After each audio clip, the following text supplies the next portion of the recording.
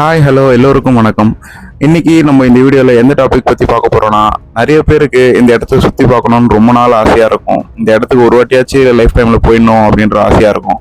அந்த இடம் தான் எகிப்தில் இருக்கிற பிரமிட்ஸ். சுமார் 4500 ஆண்டுகளாக ஒரு கேள்வி மனித குலத்தை தொடர்ந்து துரத்தி கொண்டே இருக்கு. அது என்ன கேள்வி அப்படின்னா, மின்சாரமே அப்போலாம் இல்லை, நவீன இயந்திரங்களே இல்லை, ஒரு மிக பழமையான நாகரீகம் பூமியின் மிகப்பெரிய பொறியியல் அதிசயங்களான ஒன்றை எப்படி கட்டியிருக்க முடியும் அப்படின்றதுதான் அந்த கேள்வி. இது ஏன் அப்படின்னா, எகிப்துல கிசா பிரமிடுன்னு ஒரு பிரமிட் இருக்கு. அதுதான் இந்த உலகத்திலேயே மிகப்பெரிய பிரமிட். அந்த பிரமிட்ல சுமார் 2.3 மில்லியனுக்கும் அதிகமான கற்கள்கள் உள்ளதா சொல்லப்படுது. அவற்றில் சில கற்கள் 80 டன்னுக்கும் அதிகமான எடையுடைய கற்களா இருக்கு. இன்றைக்கு கூட அதை மீண்டும் உருவாக்குவது ஒரு மிகப்பெரிய சவாலாக தான் இருக்கும். அப்படின்னா இந்த பிரமிடுகளை உண்மையா யார் கட்டினாங்க? ஆயிரக்கணக்கான எகிப்திய தொழிலாளர்களா, இல்ல இழந்து போன ஒரு மேம்பட்ட நாகரிகமா? இதுவும் இல்லாம மனிதர்கள் அல்லாத வேற ஏதோ ஒன்றா? வாங்க இந்த உண்மையை இன்னைக்கு வீடியோல தெரிஞ்சுப்போம். என்ன உங்களுக்கு தெரியும், நிறைய வாட்டி பார்த்திருக்கீங்க. நீங்க எல்லாம் வெத்து வெட்டுன்னு நினைக்கிறீங்களே, அந்த common man. I'm just a stupid common man of this republic. இந்த வீடியோவை பொறுத்தவரை நான் ஒரு 6 பார்ட்டா பிரிக்கலான்னு முடிவு பண்ணியிருக்கேன். ஸோ ஒரு பார்ட்டா உங்களுக்கு நான் சொல்றேன். இதுல ஃபைனலா நீங்க எதை உண்மைன்னு நம்புறீங்கன்றத நீங்களே கமெண்ட்ல சொல்லுங்க. அத்தியாயம் 3. பொதுவாக ஏற்றுக்கொள்ளப்பட்ட வரலாற்று கருத்துப்படி பார்த்தீங்கன்னா, கிசா பிரமிட் சுமார் கிமு 2560ஆம் ஆண்டு கட்டப்பட்டதா சொல்லப்பட்டிருக்கு. அதை கட்ட உத்தரவிட்டவர் யாருன்னு பார்த்தீங்கன்னா, எகிப்தின் 4ஆம் வம்சத்தை சார்ந்த பாரோ குஃபு. அதிகாரப்பூர்வ கோட்பாட்டின்படி 10,000 கணக்கான தொழிலாளர்கள் 20 ஆண்டுகளா இந்த பிரமிடை கட்டி முடிச்சிருக்காங்க.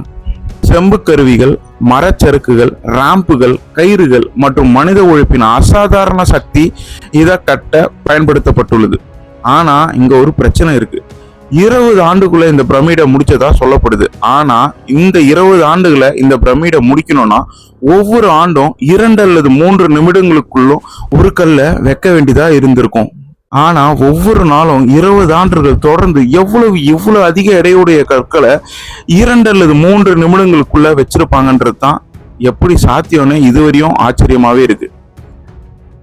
அத்தியாயம் 2. இது ஒரு பொறியியல் மர்மம். கிசா பிரமிடின் உண்மையான வடதிசையுடன் கிட்டத்தட்ட முழுமையாக ஒழுங்குபடுத்தப்பட்டதுன்னே சொல்லலாம். புரியுற மாதிரி சொல்லணும்னா, இது நார்த் டைரக்ஷன்ல அக்யூரேட்டா ஃபிக்ஸ் ஆயிருக்கு. அதன் துல்லியம் எப்படி இவ்வளவு அக்யூரேட்டா இருக்குன்றதுதான் இன்னைக்குள்ள ரிசர்ச்சர்ஸ் வரையும் அதிர்ச்சியா பாக்குறாங்க.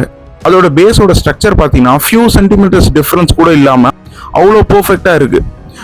மேலும் கற்கள் ஒன்றோடு ஒன்று இவ்வளவு நெருக்கமாக எப்படி பொருத்துனாங்கன்றதுதான் மற்றொரு ஆச்சரியம். ஒரு பிளேடு கூட நடுவில் போகவே முடியாது. 4500 இயர்ஸ் முன்னாடி வாழ்ந்தவங்க இந்த லெவல் ப்ரிசிஷனை எப்படி அச்சீவ் பண்ணாங்கன்றது தான் தெரியவே இல்லை. கிங்ஸ் சாம்பர்ஸ்குள்ள சில கிரானைட் பிளாக்ஸ் இருக்கு. அது எங்க இருந்து கொண்டு வரப்பட்டதுன்னு பாத்தீங்கன்னா, அஸ்வான்ல இருந்து கொண்டு வரப்பட்டதா சொல்றாங்க. இந்த அஸ்வான் எங்க இருக்குன்னா, கிசா பிரமிட்ல இருந்து சுமார் 800 கிலோமீட்டருக்கு அதிகமான டிஸ்டன்ஸ்ல இருக்கிறதா சொல்லப்படுது. அந்த கிரானைட் கற்கள் சொன்னேன் இல்லையா, அந்த ஒரு கிரானைட் கற்களோட வெயிட் எவ்வளவு இருக்குன்னா, ஒரு ஃபுல்லி லோடு ட்ரக்கை விட அதிகமா இருக்குன்னு சொல்றாங்க.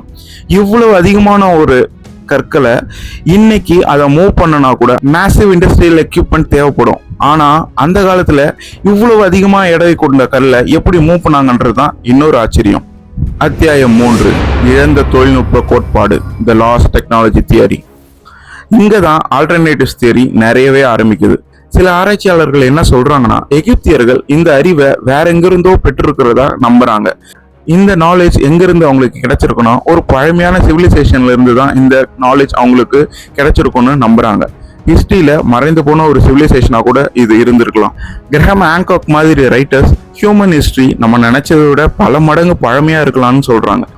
அவங்க உலகம் முழுவதும் இருக்கிற மேசிவ் ஏன்ஷியன் ஸ்ட்ரக்சர்ஸை காமிக்கிறாங்க. அஸ்டானிஷிங் ப்ரிசிஷனோட கட்டப்பட்டவையா இது இருக்கு. ஒரு அட்வான்ஸ்டு ஐசேஜ் சிவிலைசேஷனா இருந்திருக்குமா, ஒரு குளோபல் கேட்டாஸ்ட்ராஃப்னால அழிந்திருக்குமா, இல்ல எகிப்தியர்கள் அவங்க சீக்ரெட்ஸை இன்ஹெரிட் பண்றாங்களா? அத்தியாயம் 4. ஏலியன் கோட்பாடு.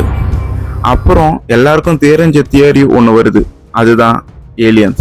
சிலர் என்ன சொல்றாங்கன்னா, விண்வெளி உயிரினங்கள் பிரமிடுகளை கட்ட உதவி பண்ணிருக்கலாம் அப்படின்னு சொல்றாங்க. இந்த தியரி எதனால வருதுன்னா இன்கிரெடிபிள் ப்ரெசிஷனால மட்டும்தான் இந்த தியரி வருது. ஏன்னா இவ்வளவு அக்யூரேட்டான ஒரு ப்ரெசிஷன் கண்டிப்பா மனிதர்களால சாத்தியமா அந்த டைம்ல அப்படின்றது ஒரு மிகப்பெரிய கேள்விக்குறியா இருக்கிறதுனால இது ஒரு சம் எக்ஸ்ட்ரா டெரஸ்ட்ரியல் நமக்கு ஹெல்ப் பண்ணிருக்கலாம் பிரமிடை கட்டுறதுக்கு அப்படின்றது நம்பப்படுது. இதுக்கு முக்கியமான காரணம் நான் ஆல்ரெடி சொன்ன மாதிரி தான் த impossible scale and mysterious Egyptian art work. மர்மமான எகிப்திய ஓவியங்களையும் இதை சுட்டி காட்டுது. பிரமிடுகள் வானியல் அமைப்புகளோட ஒழுங்குபடுத்தப்பட்டுள்ளன. அதில் ஓரியன் நட்சத்திர கூட்டத்தினரோட தொடர்பும் அடங்கும். ஆனா பொதுவான தொல்லியல் நிபுணர்கள் இந்த கருத்தை கடுமையா நிராகரிக்கிறாங்க. ஏலியன் தொடர்புக்கான நேரடி ஆதாரம் எதுவுமே இப்போதைக்கு இல்லை. மேலும் இந்த கோட்பாடுகள் பண்டைய மனித அறிவை குறைத்து மதிப்பிடுகின்றன என பல நிபுணர்கள் இதை மறுக்கிறாங்க. அத்தியாயம் 5 தொல்லியல் உண்மையில் கண்டுபிடித்தது. What archaeology actually found. கடந்த சில தசாப்தங்கள்ல தொல்லியல் ஆய்வுகள் முக்கியமான ஆதாரங்களை பல கண்டுபிடிச்சிருக்காங்க. பிரமிடுகளின் அருகே ஆராய்ச்சியாளர்கள் தொழிலாளர்களின் கிராமங்களை கண்டுபிடிச்சிருக்காங்க ரீசெண்டா. அதில் பேக்கரிகள், தங்குமிடங்கள், கருவிகள் மற்றும் கல்லறைகளும் இருந்ததா சொல்லப்படுது. இது பிரமிடுகள் அடிமைகளை வச்சு கட்டப்படல அப்படின்றது இது ப்ரூவ் பண்றதா இருக்கு. இது சஜஸ்ட் பண்றது என்னன்னா பிரமிட்ஸ் ஸ்லேவ்ஸால கண்டிப்பா கட்டப்படல அப்படின்றது தான். இது கண்டிப்பா ஒரு ஸ்கில்டு லேபர்ஸ் வச்சுதான் இந்த பிரமிட்ஸை கட்டியிருக்காங்க. ஆதாரங்கள் என்ன சொல்லுதுன்னா தொழிலாளர்கள் நன்றாக உணவளிக்கப்பட்டிருக்காங்க, ஒழுங்குபடுத்தப்பட்டிருக்காங்க, மருத்துவ சிகிச்சையும் அவங்களுக்கு கொடுக்கப்பட்டிருக்கு. பல எகிப்திய ஆய்வாளர்கள் இப்ப நம்புறது என்னன்னா highly trained rotating labour screws தான் இந்த பிரமிடை கட்டினாங்கன்னு இப்ப நம்புறாங்க. 2013 டிஸ்கவர் பண்ண ஏன்ஷியன் பேப்பரஸ் ரெக்கார்ட்ஸ் என்ன சொல்லுது அப்படின்னா ஒர்க்கர்ஸ் லைம்ஸ்டோன்ஸ் பிளாக்ஸை எப்படி எடுத்துட்டு வந்திருப்பாங்க அப்படின்னா நைல் ரிவர் வழியா தான் டிரான்ஸ்போர்ட் பண்ணினதா இந்த பேப்பரஸ் ரெக்கார்ட்ஸ் டிஸ்கிரைப் பண்ணுது. இது ட்ரெடிஷ்னல் எக்ஸ்பிளனேஷனுக்கு ஸ்ட்ராங் எவிடன்ஸ்ல ஒன்று. அத்தியாயம் 6 மிகப்பெரிய கேள்வி. உண்மையான மர்மங்கள் ஏலியன்கள் இல்லை, அல்லது மறைந்த தொழில்நுட்பமோ இல்லை. உண்மையான மர்மம் மனித திறனாக இருக்கலாம். பண்டைய நாகரிகங்கள் அசாதாரண சாதனைகளை பல நிகழ்த்தியுள்ளன.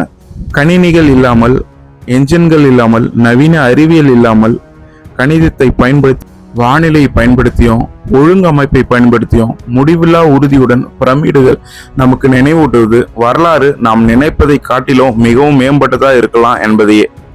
சரி, ஓகே, இதுவரையும் நான் சொன்னது எல்லாமே நீங்க கேட்டிருப்பீங்க. பிரமிடுகளை உண்மையா யார் தான் கட்டினாங்க? அதற்கான பதில் நீங்க எதை நம்புறீங்களோ அதை பொறுத்தது. அதை பண்டைய மனித மேதையா, மறைந்த அறிவா, அல்லது நம் புரிதலை கடந்த ஏதோ ஒன்றா? ஒரு விஷயம் மட்டும் உறுதியா நான் என்னால் சொல்லிக்க முடியும். பிரமிடுகள் இன்னும் ரகசியங்களை மறைத்து கொண்டுதான் இருக்கு.